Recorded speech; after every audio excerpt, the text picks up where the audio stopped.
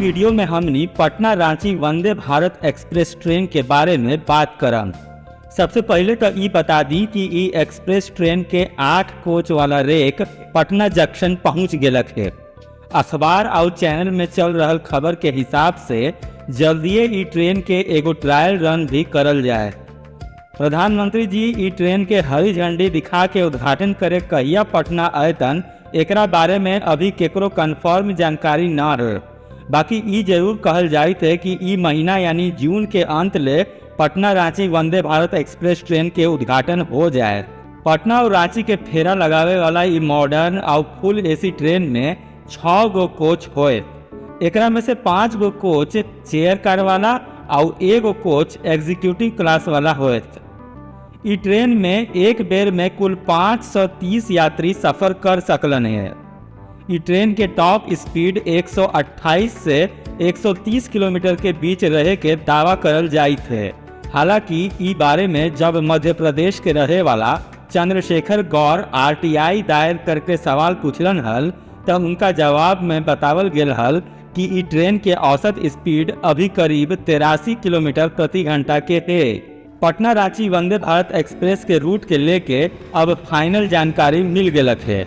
Railway के अधिकारी बतैलन है कि ई ट्रेन पटना से गया होइत कोडरमा, हजारीबाग टाउन, बरकाकाना, बीआईटी मेसरा और टाटी सिलवे के ट्रैक पकड़ के रांची ले जाए।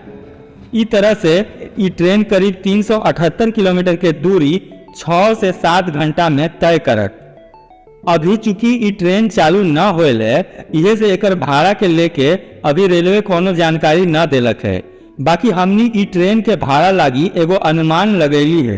ई हिसाब ला आवड़ा से पुरी तक चले वाला वंदे भारत एक्सप्रेस के भाड़ा के आधार बनावल गेलक है। ई ट्रेन करीब 500 किलोमीटर के दूरी तय करे है और एकर चेयर कोच वाला सीट के भाड़ा करीब 1265 रुपया है। माने कि गणित के एक नियम के हिसाब से रेलवे हर 1 किलोमीटर ला करीब 2.5 रुपया के भाड़ा ले है। तो ई हिसाब से पटना रांची वंदे भारत एक्सप्रेस के चेयर कोच वाला एक सीट के भाड़ा करीब 950 रुपया के आसपास रहे के अनुमान है। इतनी घड़ी पटना और रांची के बीच जवन जन शताब्दी एक्सप्रेस चला है ओकर एसी चेयर कार के एक सीट के किराया 635 रुपया है। ई ट्रेन के औसत स्पीड वंदे भारत एक्सप्रेस से तनिए मनी कम है। वहीं पटना और रांची के बीच चले वाला एगो आउ सुपर फास्ट ट्रेन पटना हटिया एक्सप्रेस के 3rd एसी बोगी में एक सीट के भाड़ा 695 रुपया है। तो ये कहल जा सके है कि वंदे भारत एक्सप्रेस के किराया दोसर ट्रेन के मुकाबला में ढेर ज्यादा है। बस में सीट रिजर्व करावे के सुविधा देवे वाला मोबाइल एप्लीकेशन रेड बस पर मिलल जानकारी के मुताबिक इतनी घड़ी पटना और रांची के बीच चले वाला एसी बस के औसत भाड़ा 450 रुपया से 900 रुपया के बीच है। ई बसवन के पटना से चल के रांची पहुंचे में करीब 8.5 घंटा समय लगा है। माने कि अगर वंदे भारत एक्सप्रेस एकदम टाइम से चलत तो मुसाफिर लोग के करीब 1.5 घंटा के समय बचत। बाकी एकरा लागी ओहनी के करीब दोगुना किराया देवे पड़त। एकरा अलावा पटना से रांची के बस पीक टाइम में हर आधा घंटा पर चला है। बाकी वंदे भारत एक्सप्रेस दिन में एक के दूरी चलते ही।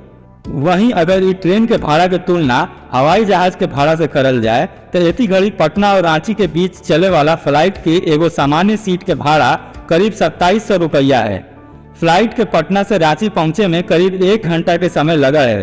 तो इस हिसाब से फ्लाइट के भाड़ा वंदे एक्सप्रेस के भाड़ा से तेगुना है। बाकी फ्लाइट से सफर करे पे 5 से 6 घंटा के समय भी बचे है। ट्रेन के सफर लंबा हुआ है तो ओकरा में खाए पिए के खर्चा भी जुट जाए। ई आधार पर कहल जा सके है कि जेकरा पैसा बचावेला होए वो बसे के सफर करतन और जेकरा समय बचावेला होतई वो फ्लाइट के टिकट कटे तक। कुल मिला के एकरा पर ज्यादातर वही लोग सफर करतन जे एक बार जानल चाहत कि रेलवे के इ नया ट्रेन में का खास है, या फिर वैसन लोग जिनका कोनो तरह के मजबूरी है। टीम मगरियंस के रिपोर्ट।